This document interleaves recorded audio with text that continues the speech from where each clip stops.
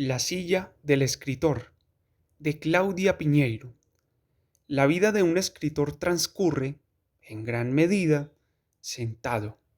Uno escribe sentado, corrige sentado, lee sentado.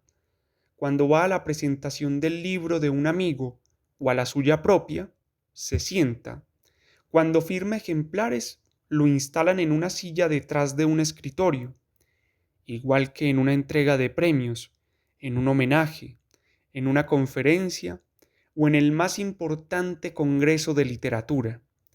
Difícil compensar tanto tiempo sentado con algún ejercicio eficaz que devuelva tonicidad muscular, agilidad o elongación después de tantas horas entregados a la inactividad física. Hay excepciones que confirman la regla. Fowell nadaba, Guillermo Martínez juega al tenis, Murakami y Joyce Carol Oastes corren, yo camino.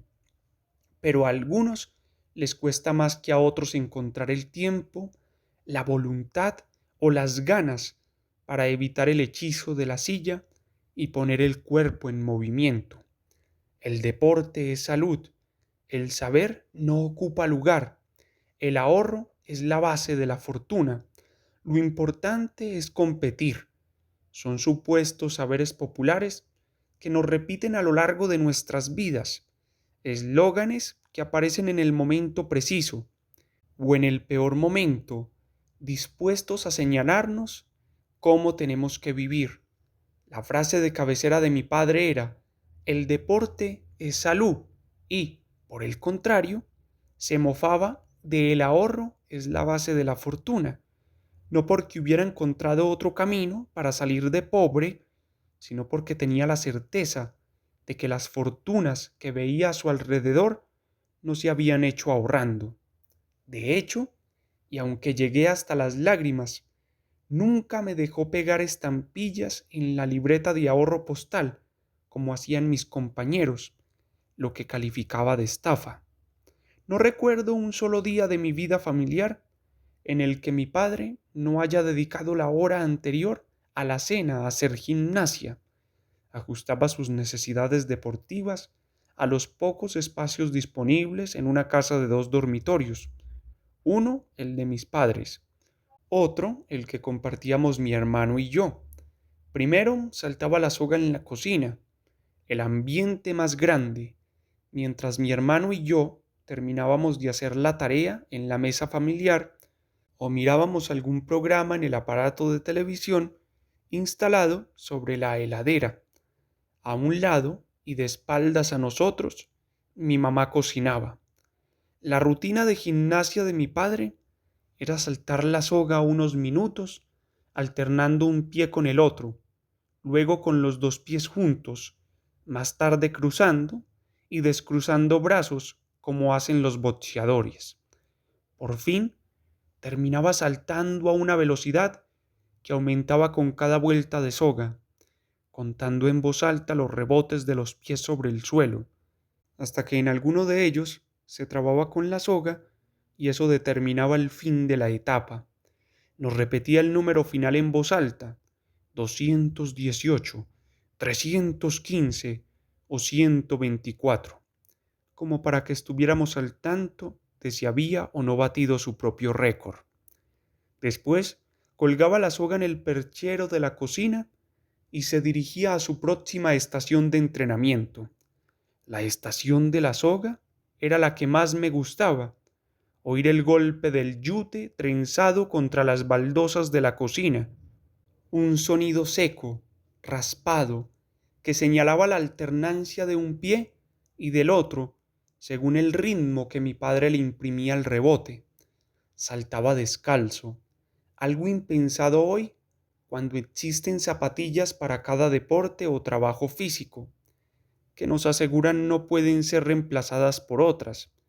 La siguiente etapa de su rutina continuaba en su cuarto, en el estrecho espacio que quedaba entre la cama matrimonial y la pared, sobre un camino de alfombra gastado. La especialidad de mi padre eran los abdominales, pero también hacía flexiones de brazos, sentadillas y otros ejercicios de los que nunca supe el nombre.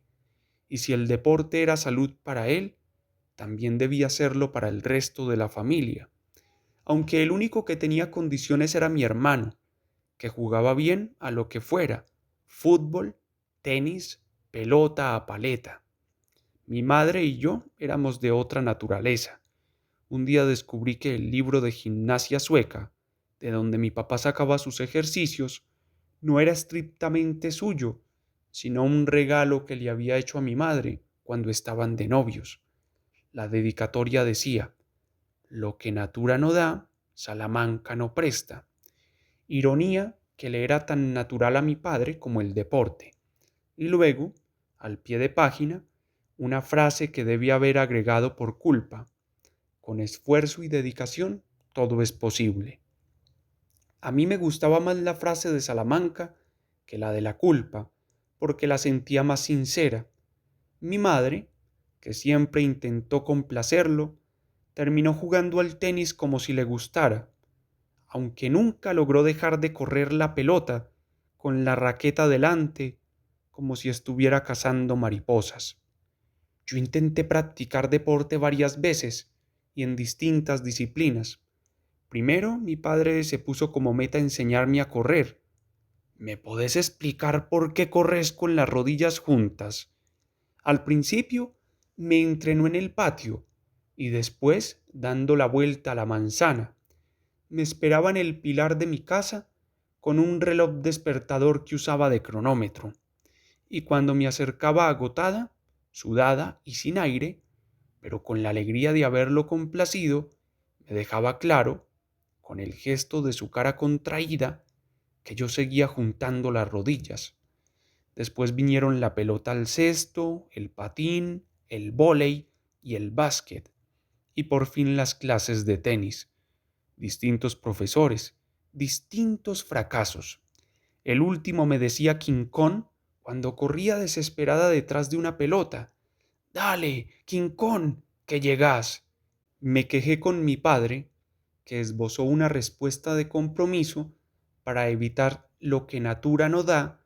Volviendo a mi propia silla, los momentos más estáticos son los que estoy metida de lleno en una novela y no puedo alejarme del teclado. En esos días, aunque no me haya movido, siento que corrí una maratón. En cambio, suelo leer caminando, resolver problemas de la escritura o la trama en movimiento, y hasta corregir sobre papel yendo de una habitación a otra por los pasillos de mi casa. Cuando viajo por trabajo, me traslado a pie en cada ciudad. Cualquier trayecto menor a una hora lo considero walking distance, pero si sé que por la ubicación del hotel y de las actividades no habrá más remedio que usar medios de transporte durante la estadía, me levanto temprano para caminar en el gimnasio del hotel o en los alrededores. Y en cualquiera de las dos alternativas, mientras camino, leo, o mientras leo, camino. Aún no encontré la forma de escribir en movimiento. Sin embargo, no pierdo las esperanzas. Publicado en La Mujer de mi Vida, 2010, y revisado para esta edición.